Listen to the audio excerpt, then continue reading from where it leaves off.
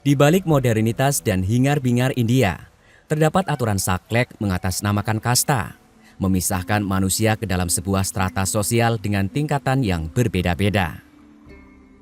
Bagai sebuah garis pembatas yang tak bisa ditembus dan disatukan, kasta kerap membuat seseorang menganggap diri bermartabat tinggi dan merendahkan mereka dari strata rendah hanya karena darah atau keturunan.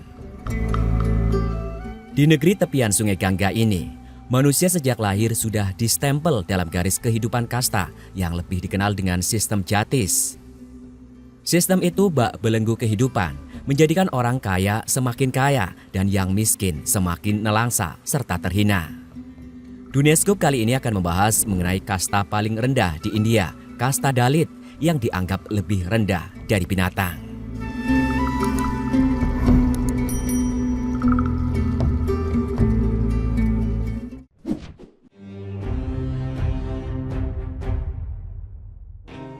Sebagai negara dengan mayoritas beragama Hindu, kasta membagi umat Hindu menjadi 4 kategori utama, yaitu Brahmana, Ksatria, Waisya, dan Sudra. Kasta Brahmana, yakni orang yang mengabdikan dirinya dalam urusan bidang spiritual, seperti sulinggi, pandita, dan rohaniawan. Kasta Ksatria, yakni para kepala dan anggota lembaga pemerintahan. Seseorang yang menyandang gelar ini tidak memiliki harta pribadi, semua harta milik negara. Kasta Waisya, orang yang telah memiliki pekerjaan dan harta benda sendiri, petani, nelayan, pedagang, dan lain-lain. Kasta Sudra adalah pelayan bagi ketiga kasta di atasnya. Nah, ternyata di bawah kasta Sudra masih terdapat kasta yang lebih rendah lagi, yakni Kasta Dalit.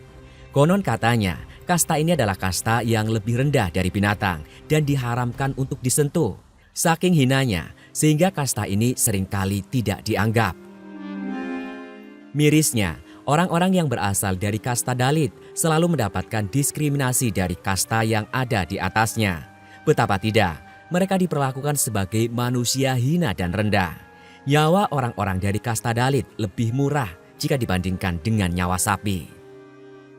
Ketika berjalan pun, orang Dalit diharuskan mengikat dahan pohon di pinggang mereka. Tujuannya sangat mengejutkan, yakni agar jejak bekas mereka berjalan tersebut akan dihapuskan oleh dahan pohon yang mereka bawa tadi. Tak sampai di situ, orang yang berasal dari Kasta Dalit juga dipaksa menggunakan penampung ludah yang diikatkan di leher mereka.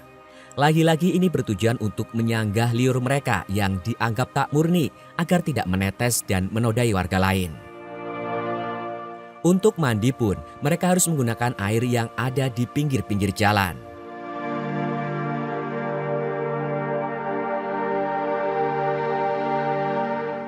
Lantas bagaimana orang tahu jika seseorang tersebut berasal dari Kasta Dalit? Seseorang dapat diketahui kastanya hanya dari nama, pekerjaan, dan juga pendidikan. Sehingga dalam bekerja, orang dari Kasta Dalit akan kesulitan untuk mendapatkan posisi yang baik. Tak heran jika orang yang berasal dari Kasta Dalit biasanya banyak bekerja sebagai tukang sapu jalan maupun pekerjaan-pekerjaan kotor lainnya.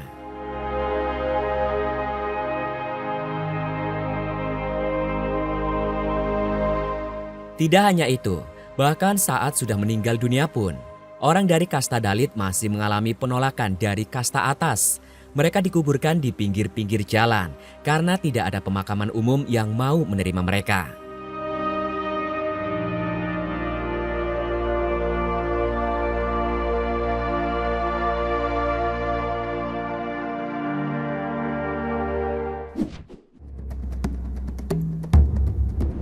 Sejarah sistem kasta. Sistem kasta berkembang di India pada tahun 2500 sampai dengan 1500 sebelum Masehi. Saat itu bangsa Dravida yang tinggal di lembah Sungai Indus terdesak oleh bangsa Arya. Mereka kemudian pindah ke arah selatan menuju dataran tinggi Dekan.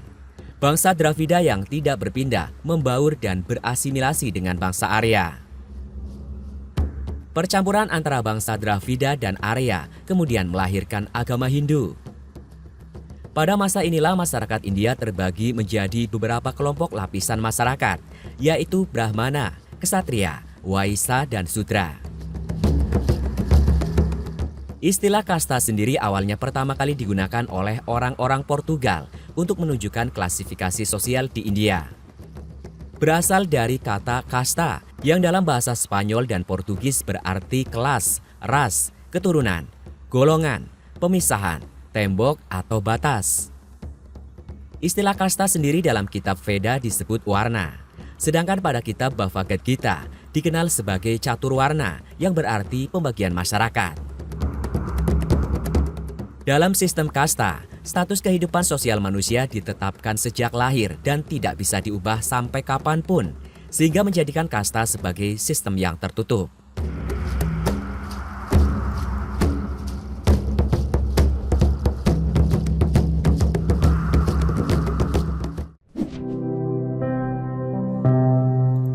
Peran kasta di India. Setiap kasta ini mempunyai tugas dan keistimewaan masing-masing. Brahmana mempunyai peran sebagai ahli agama dan penasehat dalam kerajaan. Kasta kesatria berperan di dalam pemerintahan. Waisya memiliki andil dalam perniagaan. Sudra merupakan kasta terendah menempati posisi sebagai buruh. Golongan sudra sendiri terbagi menjadi dua golongan, yaitu golongan sudra yang sudah tercampur dengan bangsa Arya dan golongan orang yang lemah seperti gelandangan.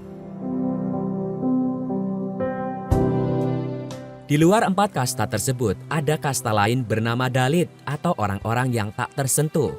Jumlahnya mencapai 12,6% dari populasi di India pada tahun 2011.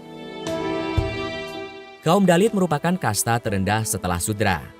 Mereka sering mengalami kesenjangan, susah mendapatkan pekerjaan, dan sulit mengakses pendidikan.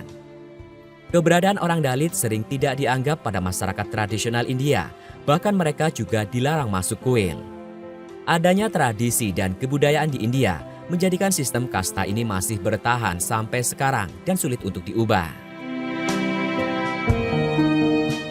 Hal ini menimbulkan kapitalisme terhadap kasta rendah, termasuk kasta Dalit. Kasta yang kedudukannya lebih tinggi kerap kali menggeser dan menindas kasta kelas bawah. Sistem kasta di India baru dihapuskan pada tahun 1950. Pemerintah mengeluarkan Undang-Undang tahun 1949 tentang Undang-Undang Diskriminasi terhadap warga Dalit. Walaupun pemerintah sudah berusaha untuk mengupayakan keadilan, namun tetap saja ketimpangan akibat sistem kasta di India masih sering terjadi.